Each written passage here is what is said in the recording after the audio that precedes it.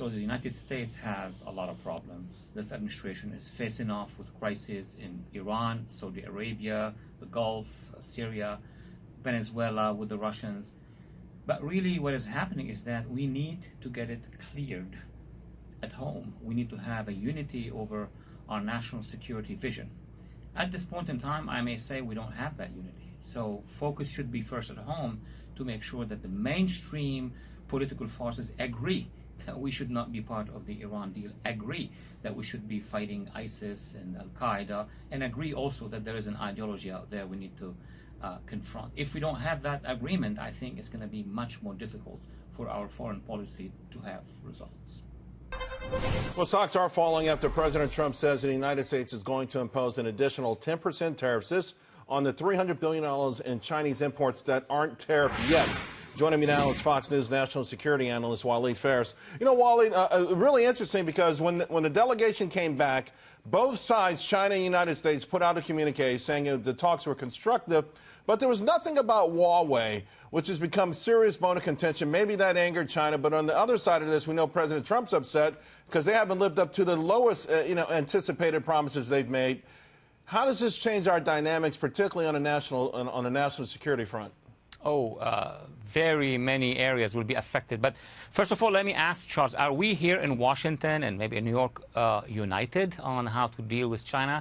That needs a segment by itself. But let me say that our issue with China is not comparable to anything else, neither with Iran, North Korea, or Russia, because China is competing with us on all these levels. The tariff battles is one by itself. Then China geopolitics, South Asia, South China Sea and Africa and elsewhere.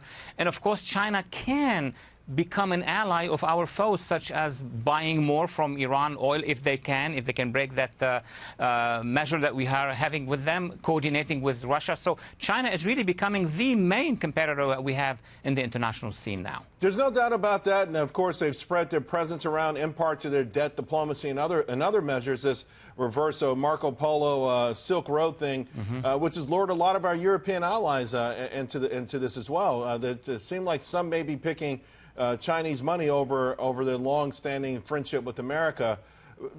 But it's all part and parcel to your point that they want to be the preeminent power in the world. They want to be what America is right now. So that means financially, economically, and militarily as well, right? They do, with one little difference. They forget sometimes that they are ruled by one communist party. They forget sometimes that they have a lot of problems on inside of China. Should it be the territorial problems, the ethnic problems? They have an issue with Taiwan. They are linked to North Korea. And of course, they have this thing that they are not even expecting.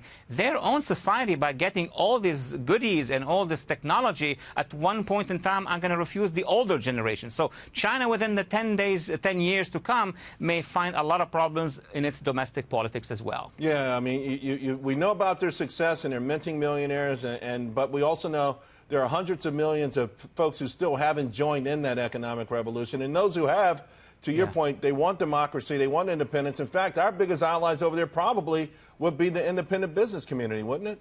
That would start there, of course. I mean, this is where all the reforms and revolutions will start. What's happening in Hong Kong, by the way, if you focus a little bit on the inner structure of that movement, it may reach China. I mean, the problems the Chinese leadership has may not be in New York and Washington. It may be in Hong Kong, Shanghai, and other places as well. Let's hope so. Let's hope so, just for humanity's sake. Waleed, always appreciate our conversations. Thank you very much.